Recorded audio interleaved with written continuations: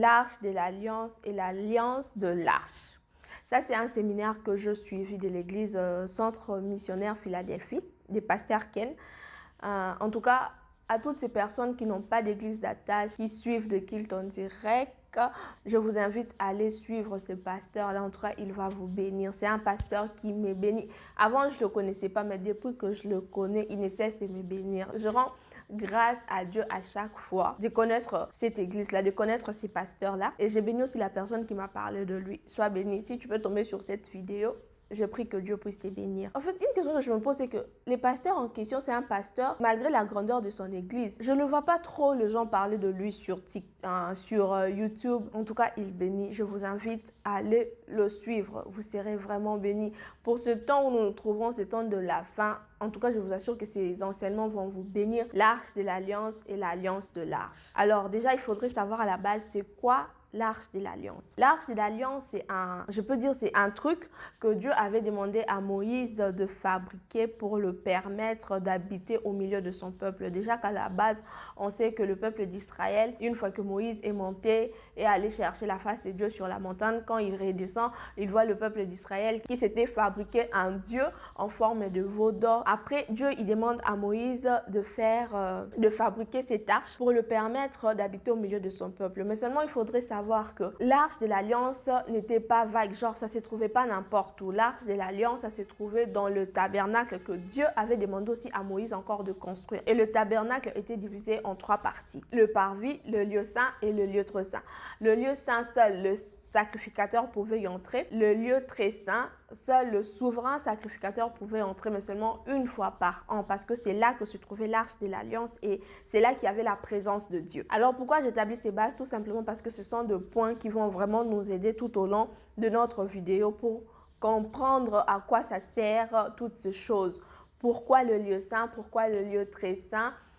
Et pourquoi est-ce qu'on parle de l'arche de l'alliance et ensuite on parle de l'alliance de l'arche? Lorsqu'on entre dans le profondeur de la Bible, on va comprendre que à chaque fois que l'arche de l'alliance était présentée à un lieu, si Israël devrait se battre, la victoire était pour Israël. Si Israël devrait se déplacer, genre traverser des grandes eaux, de fleuves, de mers, etc., l'arche de l'alliance assurait la traversée, assurait la victoire. Pourquoi? Tout simplement parce qu'il y avait la présence de Dieu qui les accompagnait. Nous sommes dans les livres de Josué, chapitre 3, versets 9 à 17. Là, la Bible nous raconte l'histoire de la traversée des enfants d'Israël quand ils sont allés traverser le Jourdain. On nous explique comment l'arche de l'alliance était placée, comment est-ce que l'arche de l'alliance les orientait, quand il fallait aller à gauche, quand il fallait aller à droite, parce que c'est pas tout le monde qui pouvait être près de l'arche de l'alliance. Donc, ce qui signifie qu'entre l'arche de l'alliance et le peuple d'Israël, il y avait une distance assez importante. Les sacrificateurs, lorsqu'ils transportaient l'arche de l'alliance, une fois qu'ils ont mis le pied sur le Jourdain, les eaux du Jourdain se sont séparées et ainsi ils ont pu traverser. Et lorsque tout le peuple a traversé, le sacrificateur, leurs pieds étaient toujours dans l'eau. Lorsque tout le peuple a pu traverser, le sacrificateur aussi a enlevé leurs pieds et le Jourdain s'est refermé. En tout cas, notre Dieu, c'est un Dieu de miracles. Et quelque part là, vous allez lire, vous allez voir, la Bible dit, Dieu a demandé à Josué de mettre le pierre en cet endroit-là où ils avaient traversé pour que les générations futures, lorsqu'ils poseront la question à quoi servent ces pierres, qu'ils puissent encore entendre cette histoire, genre un témoignage, et pour que la gloire revienne à notre Dieu. Voilà. C'est pour ça que j'aime dire que nous sommes des repères. Tout ce qui nous arrive dans la vie, en tout cas, c'est pour la gloire de Dieu. Même si aujourd'hui, on n'arrive pas à comprendre, certainement demain ou après-demain, les générations futures, ils seront bénis. Pourquoi? Tout simplement parce que Dieu a fait ça avec nous.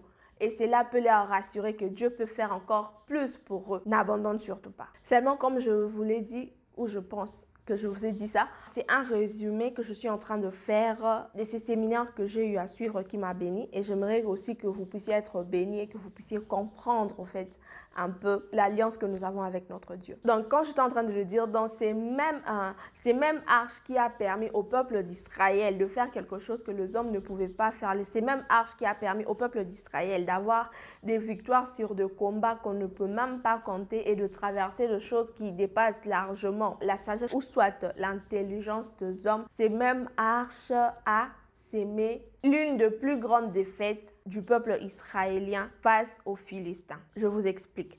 Nous sommes dans les livres de 1 Samuel chapitre 4 verset 11. Mais nous allons commencer par le 3e chapitre déjà. Lorsqu'on arrive au chapitre 3 du livre de 1 Samuel, on comprend que le peuple d'Israël n'était plus en bon terme avec l'Éternel. Alors, le peuple d'Israël, dans le chapitre 4, sont allés livrer un combat contre le Philistin. Et lorsqu'ils sont allés, ils ont perdu. Les Philistins ont gagné. Le peuple d'Israël se sont souvenus qu'ils avaient l'arche de l'alliance avec eux. Ils sont rentrés et lorsqu'ils sont rentrés, ils ont demandé à ce qu'on leur amène l'arche de l'alliance. Les enfants d'Élie sont partis et ont récupéré l'arche de l'alliance. Et lorsque l'arche de l'alliance entrait dans le peuple d'Israël, les Israéliens étaient en joie. Ils ont tellement poussé des cris que même les Philistins ont eu peur. Et ils ont demandé qu'est-ce que c'est. On leur a dit que c'est l'arche de l'Éternel qui est entrée. Et même les Philistins ont eu peur parce qu'ils avaient déjà des échos sur ce que l'Éternel a fait avec le peuple d'Israël lorsque l'arche était avec eux. Mais seulement, lorsque le peuple d'Israël sont partis sans l'arche de l'alliance, les Philistins les ont battus, ils sont rentrés. Mais lorsque le peuple d'Israël sont repartis avec l'arche de l'alliance, la défaite a été plus grande. Quand il n'y avait pas l'arche de l'alliance, ils ont perdu. Il y a eu défaite. Mais quand ils sont partis avec l'arche de l'alliance, alors qu'ils n'avaient plus d'alliance avec Dieu parce qu'ils s'étaient rebellés, parce qu'ils n'étaient plus en bon terme avec Dieu. Ils ont quand même pris l'arche de l'alliance, genre comme quoi pour utiliser Dieu. La défaite a été plus grande. Premier enseignement, on ne se sert pas de Dieu. Dieu fait alliance avec toi. Il ne faut pas oublier que dans l'alliance que Dieu fait avec toi, c'est un peu comme un contrat que vous êtes en train de faire. Dieu a sa part, il te bénit, il te protège, il te dit qu'il va maintenant marcher avec toi, qu'il va te secourir, qu'il va t'aider, qu'il va te bénir, que nul ne peut toucher à toi. 1000 tombent à ton côté, 10 000 à ta droite, tu ne seras jamais atteint. Dieu te dit toutes ces choses. Mais n'oublie pas que ça, c'est sa part du contrat. Mais de l'autre côté, toi aussi, tu as ta part du contrat. Et dans ta part du contrat, ce que tu as à faire, c'est être obéissant, c'est être reconnaissant, c'est avoir le temps d'adoration, c'est avoir le temps de louange, c'est avoir la crainte de l'Éternel. Et cette alliance que vous avez, ces contrats que vous avez, ça marche seulement si et seulement si les personnes qui constituent ce contrat-là sont en train de faire leur part du contrat. Quand chacun fait sa part du contrat, c'est alors que le contrat est respecté. Mais toi, tu ne veux pas craindre Dieu. Tu ne veux pas obéir à Dieu. Tu ne veux pas le louer, l'adorer.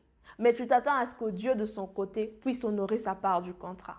On ne se sert pas de Dieu, on ne se moque pas de Dieu. Ça, c'était notre premier enseignement.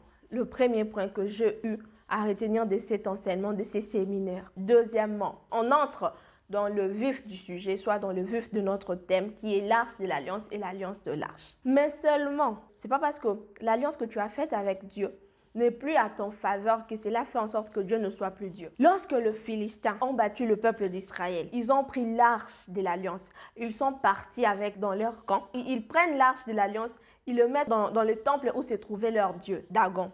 Mais vous savez ce qui s'est passé? Le Dieu qui n'a pas voulu secourir le peuple d'Israël, mais il a voulu montrer aux Philistins qu'il reste Dieu. Ce n'est pas parce que Dieu n'agit plus avec toi que cela veut dire que Dieu n'agit plus. Ce n'est pas parce que Dieu n'agit plus avec toi que cela veut dire que Dieu n'a plus de puissance. Non. Si toi, tu rends le contrat avec Dieu et qu'après ça tourne mal pour toi, sache que Dieu peut prendre soin de lui. Sache que Dieu peut se glorifier de par lui-même. C'est pour cela que la Bible pouvait dire, si vous refusez de l'adorer, Dieu peut susciter même le pierre pour l'adorer. Oui, Dieu peut le faire de par lui-même. Les Philistins, ils prennent l'arche de l'alliance, ils le font entrer dans le temple où se trouvait Dagon. Et vous savez ce qui s'est passé. Ils reviennent le lendemain matin, ils viennent trouver Dagon à terre. Dagon est par terre. Ils avaient déjà les échos que l'arche de l'alliance, on ne blague pas avec. Ils prennent Dagon, ils le remettent à sa place. Ils viennent encore le lendemain, ils viennent trouver Dagon à terre, brisé, séparé. Il n'a plus que son tronc, toutes ses parties, tous ses membres des côtés. Tu ne veux pas servir Dieu. Dieu va se servir lui-même. Et les Philistins eurent peur. Et ils ont demandé à ce qu'on puisse retourner l'arche de l'alliance. Parce que ça s'empirait. L'Éternel Dieu prenait soin de lui-même. Les Philistins ont demandé à ce qu'on puisse retourner l'arche de l'alliance. Maintenant, vous savez ce qui s'est passé? Les Philistins, ils ont dit, pour être sûr que ce qui s'est passé à l'intérieur là, c'est vraiment leur Dieu, on ne va pas accompagner l'arche de l'alliance. On va prendre l'arche de l'alliance, on va le mettre sur de vaches. S'ils se dirigent de la direction d'Israël, c'est que c'est leur Dieu. s'il se dirige de l'autre côté, c'est que c'est juste un fait qui est arrivé, puis c'est comme ça. Mais devinez ce qui s'est passé. Les vaches ont suivi la direction d'Israël. Dieu peut se glorifier lui-même. Alors, nous allons continuer. L'arche de l'Alliance est rentrée en Israël et lorsque le peuple d'Israël a compris ce qu'il devrait faire et que le plus important, ce n'était pas d'avoir l'arche de l'Alliance avec eux, mais le plus important, c'était d'avoir le Dieu de l'arche. Le plus important, c'était d'avoir l'alliance avec celui qui travaille avec l'arche de l'alliance. Qu'est-ce qu'ils ont fait? Ils ont demandé à Samuel de parler à Dieu en leur faveur et de voir ce que Dieu va dire. Et ensuite, ils vont faire ce qu'il faut faire. Et c'est ce qui s'est passé. Samuel est parti, il a prié Dieu, il a demandé à Dieu ce qu'il fallait faire. Dieu a parlé. Les enfants d'Israël ont fait un sacrifice à l'Éternel pour le pardon de leurs péchés. Et voyez maintenant ensuite ce qui s'est passé. Lorsque le peuple d'Israël se sont réconciliés avec Dieu, ils n'avaient plus besoin de l'arche de l'alliance. Cette fois-ci, ils étaient partis. Parce qu'ils savaient déjà qu'ils avaient eu à se réconcilier avec Dieu lorsqu'ils sont partis. Ils ont battu le Philistin. J'espère que le deuxième message est passé. Celui de savoir que le plus important, c'est d'avoir une relation avec Dieu. Le plus important, c'est de respecter sa part du contrat. Parce que Dieu, il respectera toujours sa part. Mais des fois, ça ne marche pas, c'est parce que nous foutons quelque part. Ce que nous devons mettre dans la tête, c'est que même si nous avons fouté, il y a des gens qui peuvent encore servir Dieu. Même si nous avons fouté, même si c'est le monde entier qui foutait, Dieu peut prendre soin de lui-même. C'est un grand séminaire qui a pris 3 jours. Genre, lorsque moi j'ai commencé à suivre, ça a pris 3 jours, le mercredi, le jeudi, le vendredi. Mais je ne sais pas si ça a commencé bien avant. Mais ces 3 jours-là m'ont vraiment béni. Je vous mets le lien juste dans la description. Abonnez-vous pour ne pas rater la deuxième partie. Que Dieu vous bénisse.